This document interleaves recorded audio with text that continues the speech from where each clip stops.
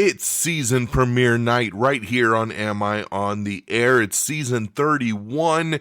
We are so happy to have you back. On tonight's episode, we are talking about the third chapter in the Knives Out saga, Wake Up Dead Man. Is it any good? We're going to chat about it. The Family Plan is back. That's right, for part 2. Mark Wahlberg having a surprise hit over there on Apple TV Plus. They fast-tracked the sequel. It is out. Is it any good? We'll chat about it. Did you know there's a little horror movie that takes place from a dog's perspective? It's a very, very quiet movie. A lot of people that have seen it have loved it, and now it's available more to the masses. We're going to chat about Good Boy, and over on the TV side, what else is there to chat about but Stranger Things? That's right, Stranger Things is back for Season 5, Volume 1. We'll chat about those first 4 episodes. We got the news of the week. Come on, guys, it's time for the Season 31 premiere of Am I on the Air?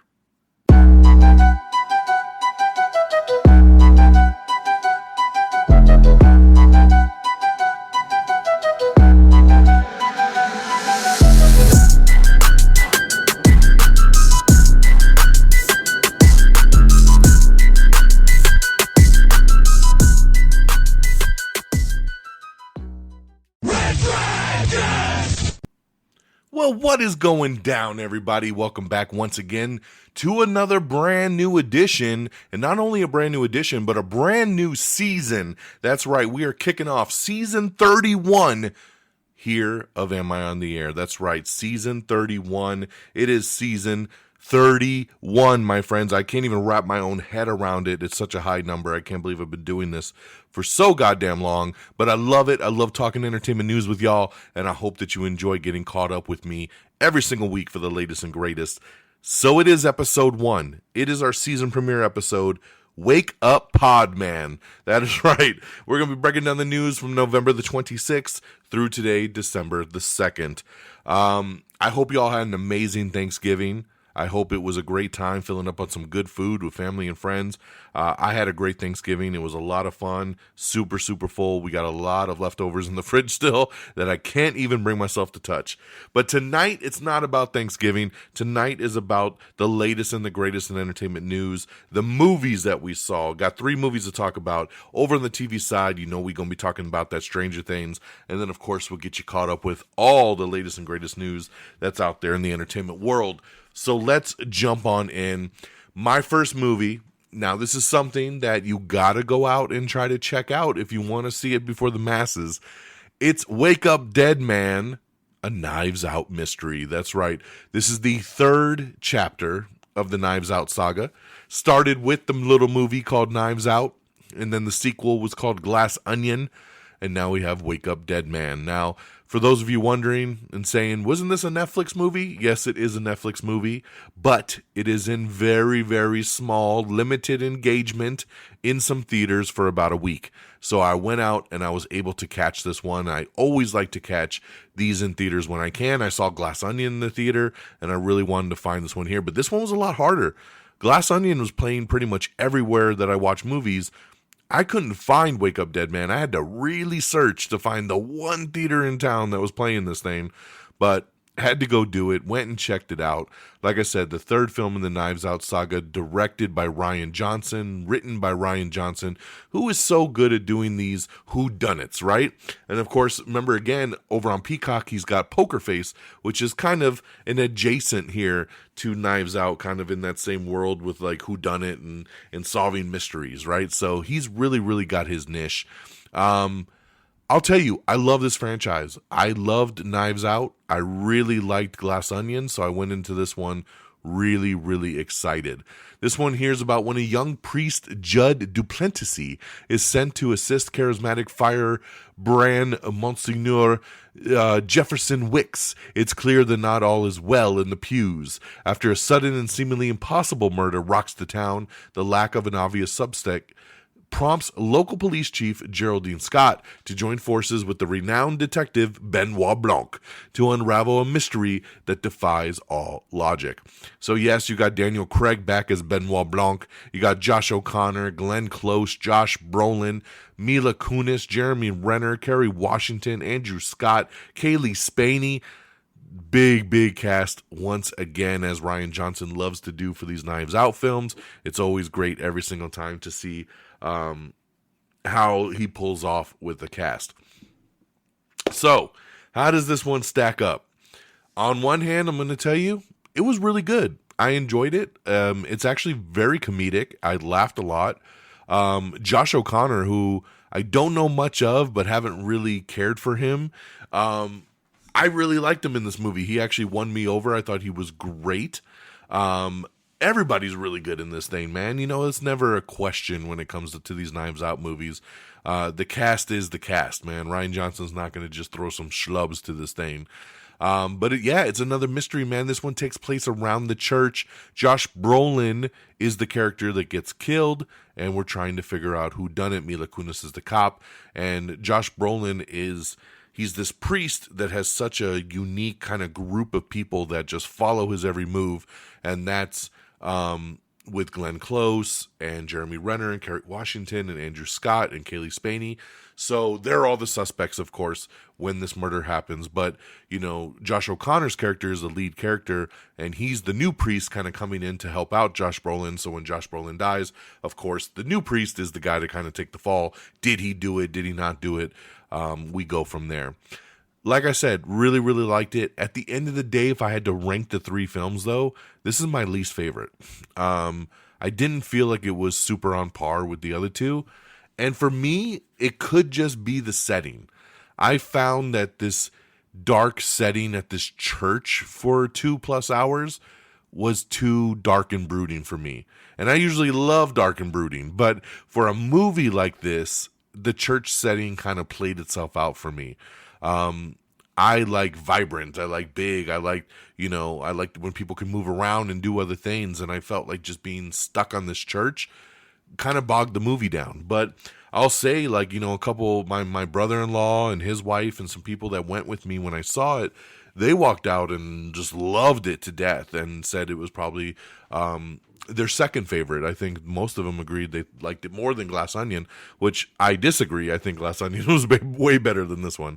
But hey, you know, that's why film is subjective, and it's always awesome to talk about. So at the end of the day, though, I think you'll still have a great time with it. If you're a fan of these kind of whodunits and you like the Benoit Blanc character, I think you're going to like this one, man. You know, Rian Johnson does his thing. I don't think he did it as strong with this one, but he still pulled it off, and I still had a great time watching this one. So I don't think it's going to be in theaters much longer, but yes, this will be hitting Netflix on December 12th. So we're not far away. In about another 10 days, you'll be able to stream this one on your local Netflix and check it out. So that is my review. 3 out of 5 stars for Wake Up Dead Man, a Knives Out mystery. My second movie here is the sequel, The Family Plan 2. You know, in 2023, Apple TV dropped this little family action movie called The Family Plan with Mark Wahlberg. And, you know, it was a cute little movie, man, where basically, you know, he was just the everyday dad and family man. But of course, he used to be a super secret spy and his past caught up to him, right? We've seen that kind of premise before, but it worked, man. It was a fun little streaming movie. His family was cute. Michelle Monaghan, who's always awesome, is his wife. And it worked. It worked, and I really enjoyed The Family Plan. So, of course, not only did I enjoy it, but most of the world did, and it was one of Apple TV's biggest streaming movies ever, and they fast-tracked the sequel. So here we are, not even 2 years later, getting the sequel, Family Plan 2. Now that Dan's assassin days are behind him, all he wants for Christmas is quality time with his kids. But when he learns his daughter has her own plans, he books a family trip to London, putting them all in the crosshairs of an unexpected enemy. So this is more of the same, of course, same directors, same writers. You know what you're going to get. If you've seen the first movie, you know what you're going to get. Mark Wahlberg's back. Michelle Monaghan's back. The kids are back. Kit Harington joins the cast in this one. And yeah, I mean, you have just what starts off as a family plan to go to London to see his daughter. And of course, things don't turn out the way they seemed in typical action comedy family movies. And we're off to the races. This movie gives you exactly what you want. It's a streaming film. It's cute. It's funny. It's got some decent little action. It's a fun ride, man. So again, if you like the first one, I think you're going to really like the second one.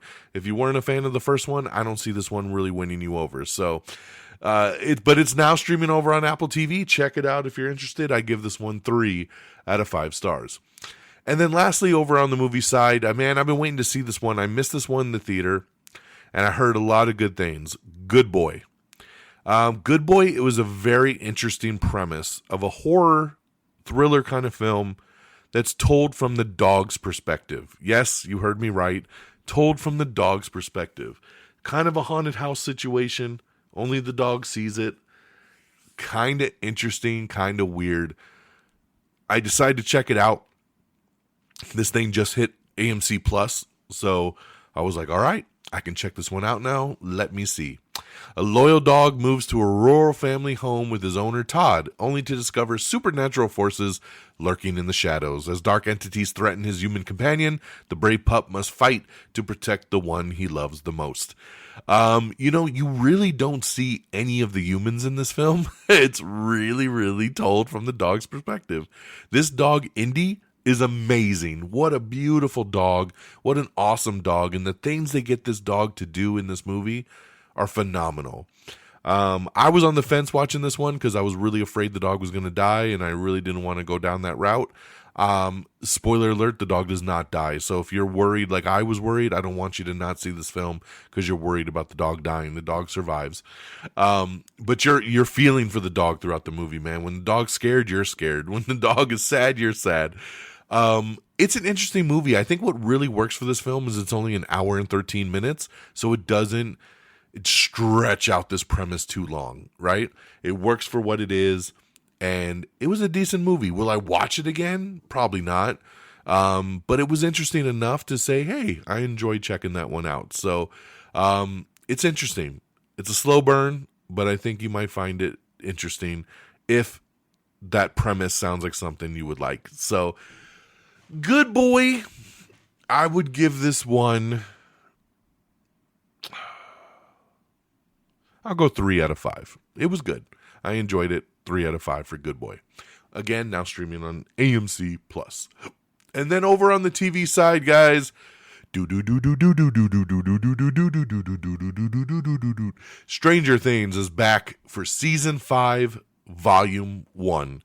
As you know, season 5 is being stretched into 3 different parts, with chapter 1 coming out with the first 4 episodes, chapter 2 I believe being 2 episodes, and then the finale comes out on New Year's Eve.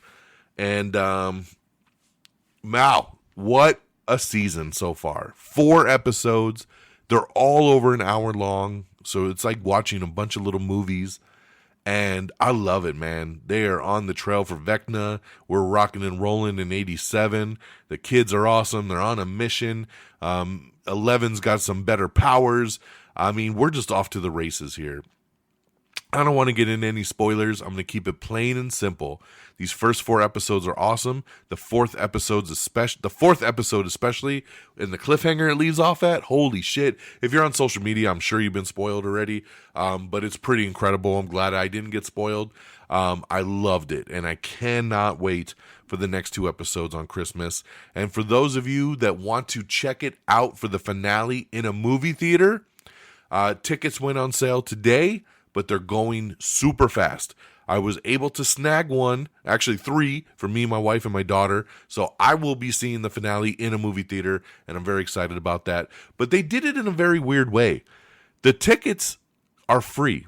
Yes, the tickets to the movie theater to watch this on a big screen are free. The downside, and I won't really want to say a downside, but the downside to it is that you have to buy a $20 concession voucher per ticket.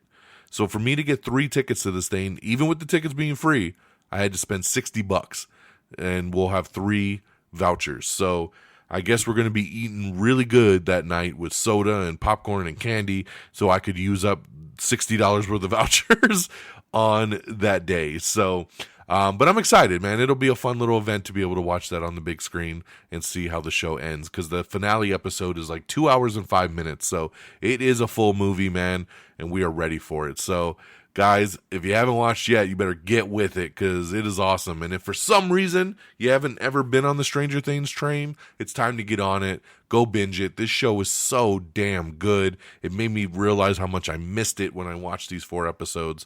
So glad it's back. Big thumbs up. All right, let's recap real quick.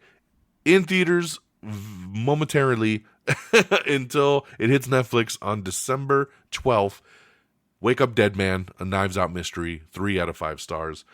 The Family Plan 2 over on Apple TV, 3 out of 5 stars. And Good Boy, streaming over on AMC Plus, 3 out of 5 stars. Also, Stranger Things Season 5, Volume 1, now streaming over on Netflix. Da-doom. There you go. All right, box office time. And yes, we have 2 different box office results because it was a holiday weekend. So we have the 5-day results because some movies kicked off on Wednesday. And so the box office runs Wednesday through Sunday. So you have 5 days there compared to the normal Friday to Sunday. So we're going to talk about the 5-day and then we'll talk about the normal 3-day. All right. Coming in at number 10 is Sisu, Road to Revenge. Number 9 is Hamnet. Number 8, Wake Up Dead Man, a Knives Out mystery. Number 7, Eternity. Number 6, Rental Family. Number 5, The Running Man. Number 4, Predator Badlands. Number 3, Now You See Me, Now You Don't. Number 2, Wicked for Good. And number 1, Zootopia 2. Made all the money, man. Zootopia killed it. Zootopia brought in, over the 5-day period, $158.8 million. Insane. Wake Up Dead Man, Knives Out Mystery, like I said, was number 8, and it only made 1.6, and that was in 5 days. But again, it's only in 600 screens, so I told you, it's very, very hard to find, only in 600 screens. So, good job, man. To make 1.6 on 600 screens is pretty damn good. Hamnet was the other big release in number 9 with 1.3. Number 7 was Eternity, which was the other big release with Elizabeth Olsen with $2 million right there. So that was the 5-day. Going over to the normal traditional 3-day weekend, November 28th through the 30th. Number 10, which actually Knives Out was only number 11. Wake Up Dead Man was only 11 on the 3-day weekend with 600,000. Number 10 was Nuremberg. Number 9 was Sisu. Number 8 was Hamnet. Number 7 was Rental Family. Number 6 was Eternity. Number 5 was The Running Man. Number 4 was Predator Badlands. Number 3, Now You See Me, Now You Don't. Number 2, Wicked, also bringing in another 61 million and 90 million over the 5-day weekend. And number 1, of course, Zootopia, with the 3-day take of $100.2 million. So an amazing debut there for Zootopia. All right, that is the box office. Let's get on over to our news of the week. We have the first official teaser trailer for The Strangers Chapter 3. For anybody that's still invested into this saga of The Strangers, we have the first little teaser trailer that, shows the ending to the horror trilogy. Apple TV isn't going on the hunt anytime soon. They will be postponing the premiere of its new French thriller following allegations of plagiarism. That's right, so we have the statement from Apple TV on that. Marcelo Hernandez and Skylar Gisondo have joined the Shrek 5 cast, so that is awesome right there. Love both those guys. Michael B. Jordan's Thomas Crown Affair has added Aubrey Plaza to the cast. Michael B. Jordan also says that they're developing a Creed spinoff. It'll be a TV show about Adonis's daughter. He says you'll be seeing different parts of the Creed verse, that he likes to call it. I had a feeling they were going to go this route. Creed 3 was really focused on his daughter, so I felt like, they wait a couple years and we'll definitely be leaning into the daughter spinoff. That is for damn sure. We have the first trailer for Stephen Curry's GOAT, which hits theaters on February 13th. Let's see here. Zootopia 2 at the box office. Like I said, 155 million over the 5 days, but worldwide, 556 million. Insane. In 1 week, basically, this movie's made $500 million. I didn't think there was that many people that were rushing out to see Zootopia 2, but they did it. So congratulations there, man. That is such a massive debut. And 272 million of that came from China alone. So, man, just when I think China's not supporting American movies anymore, they went and supported the hell out of Zootopia. So, there you go. Paramount has set some new release dates. A Sonic spin-off movie is going to open on December 22nd of 2028. A new Teenage Mutant Ninja Turtles live-action movie is going to open on November 17th of 2028. And a Top Gun 40th anniversary re-release is going to come out May 13th of 2026. The new... So, like we said, yes, the Sonic one I talked about is a spin-off movie coming out December 22nd. But Sonic 4 is still slated to come out a year before on March 19th of 2027. Jordan Peele and Sam Raimi are going to unite to produce a new horror movie for Universal Pictures. God of War TV show is starting to ramp up as casting is officially underway. Justin Lin is set to direct a Helldivers movie for Sony and PlayStation. Pretty interesting there, man. I did not think that was something that they could make. I know a lot of people love that video game, so I think Justin Lin can pull it off. So congratulations there. The Power prequel is moving forward, and we have some casting for some of the characters that are coming to it. Taylor Swift's The Eras Tour, the final show, is going to be streaming on Disney Plus beginning on December 12th. And we have the first trailer as well for the show, which features songs from the Tortured Poets Department for the first time. We have the new trailer for People We Meet on Vacation. That's right. Tom Blythe and Emily Batter star in the official trailer for Emily Henry's, based on the book. We have the first teaser trailer for Obsession. This hits theaters on May 15th from Blumhouse. We have the new trailer for Mother Mary. This stars Anne Hathaway and Michaela Cole and Hunter Schafer and FKA Twigs. It is a creepy, crazy-looking movie, so check out the trailer for this. It hits theaters this spring. Avatar 3 first reactions are out, and people are going pretty crazy for it, man. I actually love to read this because I'm a big Avatar fan.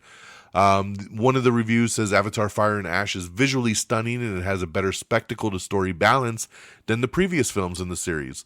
There's some nicer character moments. Una Chaplin's Varang is genuinely scary and it's a fun time. Next one says Avatar Fire and Ash is a staggering achievement of movie making and all-around phenomenal film. James Cameron raises the stakes. It's bigger, better, and more emotional than ever before. It has gorgeous visuals, thrilling new characters, and it is a technical marvel. Loved it. Next one here says Avatar Fire and Ash. 3 films in, James Cameron still has the sauce, making the epic spectacular feel emotionally impactful, a glorious saga, bold, brilliant, and awesome in every way. This is what movie theaters were built for.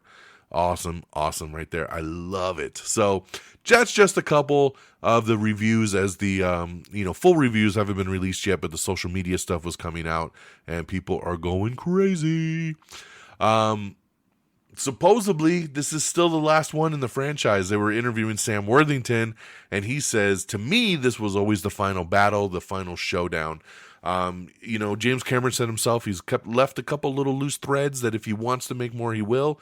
But at this point, he's done. I saw an interview with James Cameron where somebody said, is the scripts written for 4 and 5? And he's like, I haven't even thought about 4 and 5. He's like, I just wanted to get through these 3 and I'm going to retire for the next year, so I'm sure he's tired of living in Pandora and he wants to take a break, man. So give the guy some space.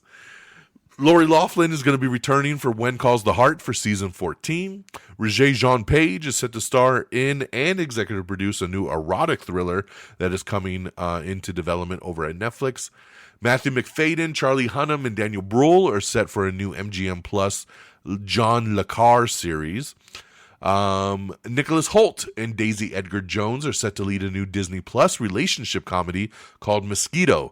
It'll be from acclaimed screenwriter Tony McNamara. Congratulations to TNA Wrestling. I'm a big wrestling fan, and I really like TNA. They have been on Access TV for many years, and most people are like, what the hell is an Access TV? People do not have that channel. But they have surprised us all with a new TV deal, and they will be moving to the AMC network starting next month in January. So congratulations to TNA Wrestling. For those of you that don't have cable, you can watch it on AMC Plus as well. And that's where I'll definitely be watching TNA Wrestling's Thursday Night Impact as it moves from Access TV to AMC Network. We have the first teaser for Forbidden Fruits. This one stars Lily Reinhart, Lola Tung, and Victoria Pedretti with Alexander Shipp. The film follows a witchy femme cult who operate in a mall store's basement until a new girl threatens their existence. This hits theaters next year. We also have the first trailer for Shelter, a new action thriller starring Jason Statham. The film follows a reclusive man on a remote island who saves a young girl from a storm that ends up drawing them both into danger. Of course, this sounds like typical Jason Statham, and I am there for it. This hits theaters on January 30th. Congratulations to Stranger Things Season 5 as the series premiere there was one of the highest rated things. It is the number one show in the world. Netflix says it brought in 59.6 million views, and it boasts the biggest premiere week ever for an English language show in the history of Netflix. So congratulations there. That is pretty damn awesome. We have a little small teaser for Ready or Not 2, Here I Come. This hits theaters on April 10th of 2026, and I think we're going to get the full trailer tomorrow. So stay tuned for that. We'll post that up as soon as we get it. And lastly, NBC is no longer banking on Deal or No Deal. They're calling No Deal, baby, on No Deal or No Deal Island, canceling the Joe Manganiello hosted competition show after just 2 seasons. So that's a wrap, and that is also a wrap on our season premiere. Yeah, we're in a little short today, but that's expected because it was a holiday week. There was really no news for like several days last week because of Thanksgiving. So, but you know what? We're still coming in right around that half-hour mark. So we did our job. We got you caught up, and welcome back, and we'll ease you into this December here because we're just a couple weeks away from Christmas. Kind of crazy, man. But thank you so much for supporting the show. Thank you for taking us to season 31. I really appreciate it. Make sure you share the show. Make sure you do that for me for Christmas. Just share the show with your friends and family. Anyone that loves entertainment news and loves TV and movies, they should be checking out this show. Like the show, subscribe to the show, check out the podcast, do everything that can do. Subscribe to all the links and give the follows and the likes and the love. So let's get on out of here. AmIOnTheAir.com is the official webpage. Make sure you bookmark it. Make sure you like us on Facebook at Facebook.com/AmIOnTheAir. Give us a like on our X page. Give us a follow there, X.com. Search us at AmIOnTheAir. You can follow me directly at DXDonMega. Same handles over on Threads and Blue Sky. So wherever you feel comfortable, go ahead and give us a follow there. Subscribe to the podcast on Apple Podcasts or Spotify, iHeartRadio, Pandora, Amazon Music. Wherever you listen, we are there. Just subscribe. Just make sure you don't miss an episode, all right? And make sure you also subscribe on the other social medias, man. Instagram, TikTok, YouTube. Just simply search Am I on the Air? Big shout out to our great affiliates at Red Dragons Radio and the Pop Culture Pros. Make sure you follow them at Red Dragons Radio and at PopCulture_Pros. Thank you guys for always streaming our show on demand. And again, that'll do it for me here on December the 2nd. I hope you all have an amazing week. Take care of yourselves and each other. We'll be back next week. Same bat time, same bat channel. Welcome to season 31. Peace. Red Dragons!